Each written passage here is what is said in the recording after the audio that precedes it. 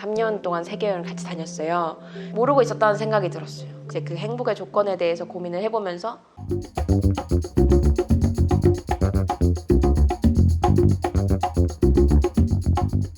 안녕하세요. 저는 이름보다는 별명으로 많이 불리고 있는데 별명은 히피라고 해요. 즐거울 희에 나눌 피자를 쓰는데 제가 실제로 히피라고 스스로 부르는 사람들이랑 3년 동안 세계여행을 같이 다녔어요. 그래서 그 친구들이랑 있으면서 느꼈던 자유로움, 즐거움, 나눔 이 세 가지 단어를 기억하고 싶어서 스스로 즐거울 희 나눌 피자를 써서 별명을 만들었고, 그래서 지금은 제 남자친구도 제 주변 사람들도 저를 별명으로 부르는 걸 더 익숙한 것 같아요. 여행을 다니셨다고 하는데 네. 혹시 어떤 일을 하시는지, 어떤 활동을 하시는지 네. 말씀 좀 부탁드릴게요. 여행을 갈 때는 그게 어떤 직업이 될 거라고 생각을 하고 간 건 아니었고, 여행을 다니면서 제 생애 처음으로 굉장히 많은 취미도 가져보고 특기도 가져봤던 것 같아요. 그러면서 세상에 하나만 할 필요 없겠구나 라는 생각을 가졌고, 지금은 여행가라는 메인 직업을 바탕으로 방송 활동을 해보기도 하고, 다큐멘터리나 뭐 이런 프로그램에 출연을 해보기도 하고, 강의를 하기도 하고, 대학에 가서 수업을 하기도 하고, 지금은 영상 제작하는 일도 하고 있고 사진 전시도 하고 여러 가지 일을 하는 엔잡러로 살고 있는 것 같아요. 다양한 경험들을 많이 하신 것 같은데 네. 그럼 청년들한테 어떤 이야기를 네. 들려주고 싶으신지. 사실 제가 그동안은 강연에 가면 여행이 저를 어떻게 바꿔놨는지에 대한 이야기를 참 많이 했던 것 같아요. 여행하기 전에 저는 사실 요즘에는 거의 안 당해본 친구가 없다 싶을 정도긴 한데, 저도 왕따를 당했었고 그런 것 때문에 성격이 엄청 소심해지고 많이 우울해졌었고, 식당 가도 이모님 뭐 주세요 이런 거 못해서 주변 친구들 시키고, 그리고 이제 뒤에서 사람들이 웃으면 저 나보고 웃나 보다, 내가 못생겨서 웃나 보다 이렇게 생각하고, 다른 사람이 제가 예쁜 옷을 입으면 쳐다보고 욕할까 봐 항상 검은 옷, 남들 눈에 튀지 않는 옷 이런 것만 입고 다닐 정도로 제가 되게 소심한 성격이 초등학교 이제 왕따를 당한 이후부터 쭉 이어졌었던 것 같아요. 그러면서 그렇게 막 행복하고 싶다는 생각조차 못할 만큼 되게 우울하게 지냈었다가, 여행을 하면서부터 제가 20몇 년 동안 알아왔던 저 자신하고 다른 자신을 만나기 시작한 거죠.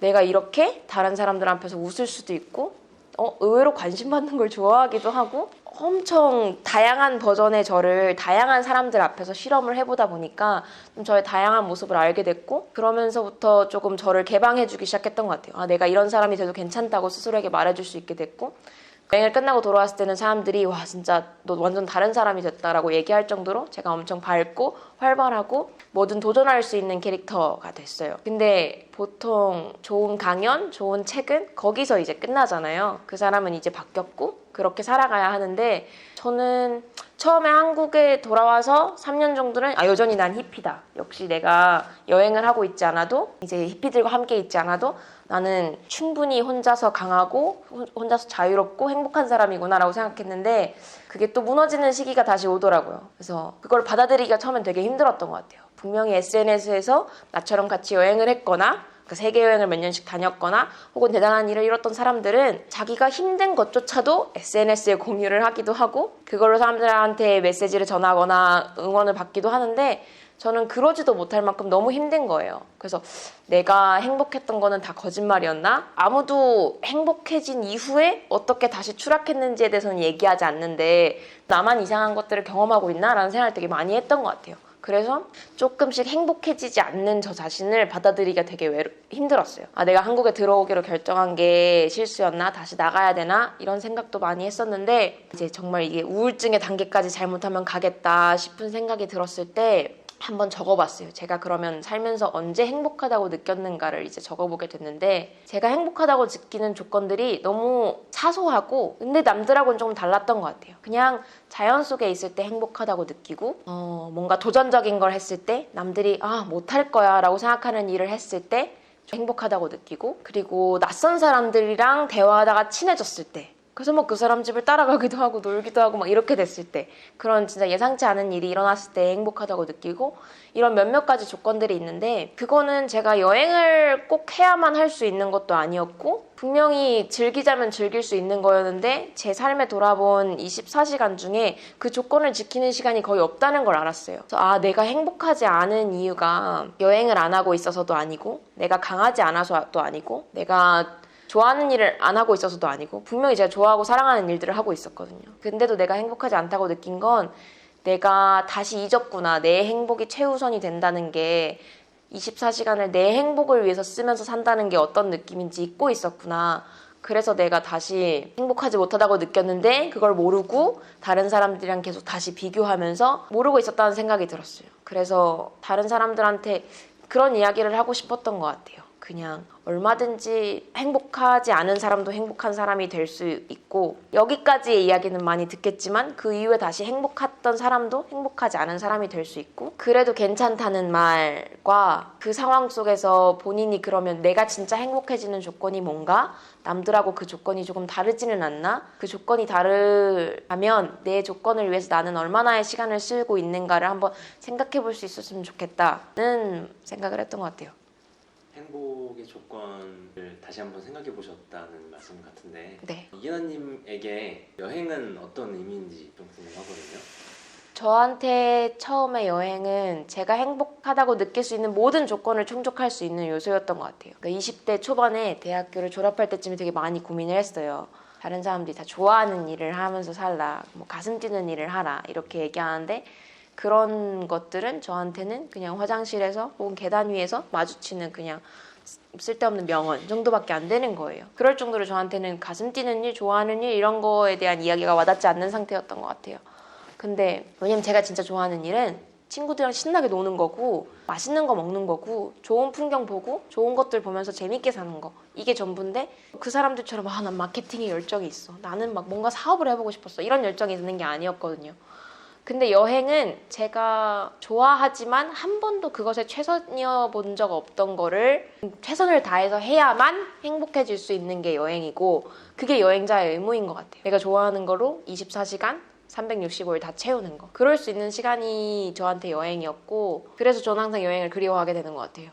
요즘 코로나 때문에 여행을 네. 많이 못 가실 것 같은데, 네. 좀 많이 답답하실 것 같아요. 그래서 더 많이 고민을 했던 것 같아요. 제가 나는 여행을 안 하면 행복해질 수 없는 사람이라고 생각을 하게 되고, 여행을 그리워하면서 점점 사실 여행이 이대로 어려울 수도 있겠다 싶은 상황이니까, 그럼 나는 다시 행복해지기 어려운가? 라는 생각을 더 많이 했던 것 같아요. 그러면서 한국에 살면서도 멀쩡히 그냥 같은 지역에서 살면서도 행복한 사람들이 있는데 왜 나는 이렇게 태어났는가를 고민도 하게 되고, 그런 시점이었는데, 이제 그 행복의 조건에 대해서 고민을 해보면서 내가 진짜 행복한 건 여행 때문만은 아니었구나 라는 걸 깨닫게 되면서 최근엔 조금 받아들이게 된 것 같아요. 많은 청년들이 대학교에 들어가서 남들 하듯이 취업을 준비하고, 취업할 때 돼서 뭐 흔히 말하는 좋은 직장, 좋은 직업들을 많이 찾게 될 것 같은데, 말씀하신 것처럼 가슴 뛴 열정이라든지 뭐 하고자 하는 게 없는 경우가 많이 있는 것 같아요. 남들 다 하니까 하는. 네네. 네, 그런 친구들한테 혹시 어떤 조언, 어떤 경험담을 들려줄 수 있으실까요?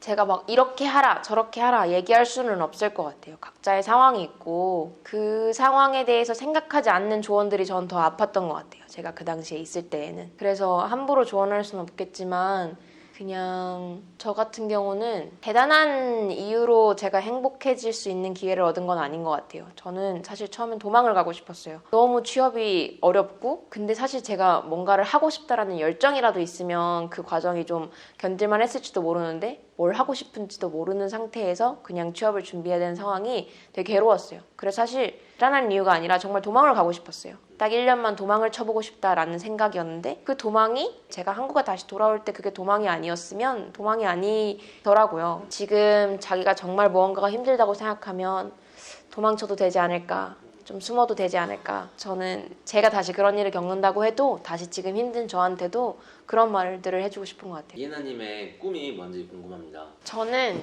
제가 아까 말한 행복의 조건에서도 얘기했지만, 전 목표가 없을 때 행복한 사람인 것 같아요. 목표를 세우면 끊임없이 목표와 지금 제 수준을 저울질하면서 괴로워하는 타입이어서, 목표가 없고 그때그때 하고 싶은 일을 할 때 행복한 사람이어서 사실 목표를 세우기가 어려워요. 그래서 꿈이란 말도 저한테는 버거워요. 근데 그래도 내가 이런 사람이 되고 싶다라고 유일하게 생각하는 점이 있다면 저는 끝까지 히피로 살고 싶어요. 히피라고 제가 불리고 있긴 하지만 어느 순간에든 다시 자유롭지 않은 사람이 될 수 있고 행복하지 않은 사람, 나눌 줄 모르는 사람이 될 수 있다고 생각해요. 그래서 정말 내가 죽을 때에도 그래 나는 평생을 히피가 되기 위해서 노력했고 끝까지 히피였다라고 말할 수 있는 거. 한마디만 더 부탁드릴게요.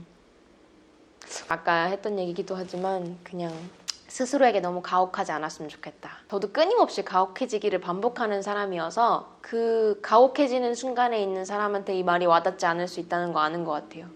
그럼에도 불구하고 다시 살아가기 위해서는 사람은 자신 스스로에게 좀 관대해지는 노력을 해야 되는 것 같아요. 근데 그 관대해지기 위해서는 아까 말한 내용이지만 자기가 도망쳐도 저는 그러면 더 괴로웠어요. 내가 지금 도망치고 있는 거야. 내가 지고 있는 거야. 라는 생각에 더 힘들었던 것 같아요. 당장 내가 도망을 갈 때 그 감정에 아픈 것보다도 내가 도망쳤네? 남들은 이런 상황에도 버텨낼 텐데 내가 버티지 못하네? 아픈 순간에도 다른 사람들하고 비교하면서 더 힘들어했거든요. 온전히 그 아픔을 느끼지도 못한 채로 그런 순간에조차도 너무 가혹해지지 않았으면 감사합니다.